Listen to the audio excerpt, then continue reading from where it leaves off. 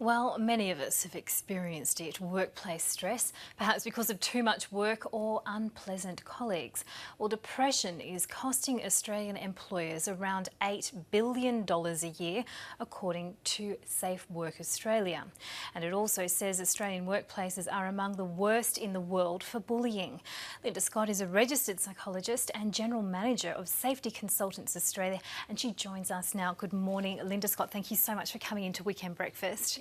This is a considerable issue. We are hearing that Australia has one of the worst cases of workplace bullying in the world, and it's affecting, our businesses, not just the personal impact on people, something in the order of around almost $700 million. Yes, massive amount of money.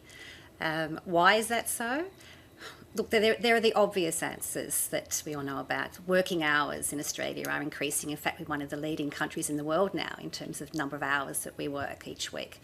There are then the international situation, globalisation, workplaces having to change and adapt more rapidly than ever before, job insecurity, all those issues that we know and have heard about a lot, include new technologies, so that we take our work with us wherever we go. Social media, we've got all of those changes, and that means a huge shift. Now that's an obvious answer, that's going to create stress and tension and difficulties in the workplace.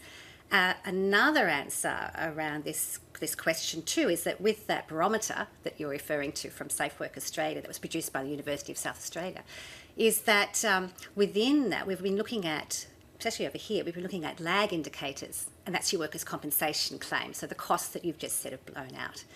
Not lead indicators. So what is it that we need to be aware of? What are the essential hazards or risks that we're facing in workplaces? Now that's the bit less than obvious answer, but the absolutely not obvious answer, which is just people are not going to, is that we ask the wrong question in workplaces. We ask the question, who's done the wrong thing and what should we do to them? Which, if you think about it, we see, and I was looking at some of the blog responses to the news media release, and you see employers getting fearful that they're going to be accused of having, creating horrible conditions and workplaces where people can't work without stress, etc. And again, you get the retributive question, the fear of that. Who's done the wrong thing? What should we do to them?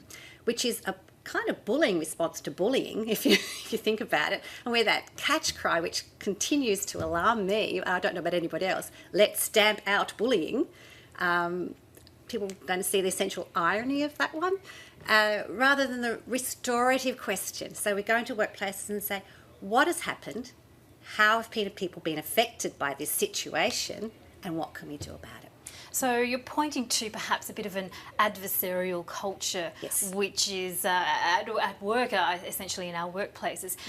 Because when you think about some of these factors you've mentioned, globalisation and work stress, Australia's not alone in having those Absolutely sorts of issues. not. So is there something else happening here in terms of what's going on in Australia in particular that's generating perhaps a higher percentage of people suffering from this, and perhaps things such as social media and trends that we've also seen among children in schools? Is that feeding into something that's happening more broadly? Absolutely. There is a connect across those two things. So if we take the human condition, and you're probably aware of my work, I did start work as a teacher, life as a teacher, and then as a school counsellor. So to experience both the school setting and the workplaces where I work now, there are three central questions that we ask as human beings, whether we're entering a school or entering a workplace. And they are, what are my key relationships? What group do I belong to? And what's my status within the group? So you can imagine, and unconsciously usually, but we ask those questions. And then bullying is a destructive answer to those questions. So you can see it as well, we're building up a situational response there. That's what's going on. So yes, of course we need to deal with the destructive answers to those problems, and yes, there are people where we need to understand and work with compassionately and resolve those at that, even a legislative level, definitely. But the workplace conditions or the school conditions, the culture, where if we have a restorative approach across both those environments, and I did work in schools on this level, then we're going, okay, how do we actually help things go right in workplaces? How do we promote good communication and interactions? How do we get people good at communication? If you think about two areas where people are notoriously bad. In fact, one of my clients recently said, meetings are a microcosm of our culture. So if you think about how we have meetings, think about meetings you might go to, and what happens in those meetings, if we can have effective ways to make decisions cooperatively in a structure that structures out conflict and incorporation, that makes an enormous difference. We often say there are two things we can do to get the culture right that helps things go right. Let's work on creating effective meetings across an organisation, and also let's work on how to give people good motivational coaching and feedback.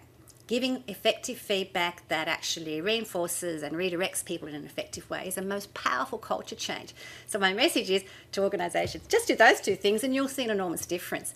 But the other things that follow from that, so helping things go right, preventing things going wrong, and responding appropriately and quickly when things do go wrong within the legislation, so that within, and just reference to the previous point here, with procedural fairness and within the principles of natural justice. So you can see if we have a phrase like stamp out bullying, that's not necessarily going to be effective in the sense of procedural fairness and natural justice. So those three things: promoting good communication, preventing things going wrong with good, the legislation is sound, and the guidelines, and all the states across Australia in workplace health and safety, beautiful guidelines, effective ways. It's not about those, it's about what we do to work with each other to start with, and then being able to respond in an appropriate way. A recent case I had was beautiful guidelines, etc., but people didn't look at the practices. The guidelines are only as good as what the people can do to implement them. So there were issues of bias immediately occurring, unawares to them, because of the way they were applying the guidelines. So they're all the elements, but there's a lot to do around this integrated conflict management system. It is mandatory in Canada, by the way, across the federal government in Canada. And that's the system that I recommend that I've talked about just now, those three elements to have in your workplaces in Australia. Lovely. Thank you very much for joining us on Weekend Breakfast. Linda Scott with Safe Work Australia. Thank you. Thank you.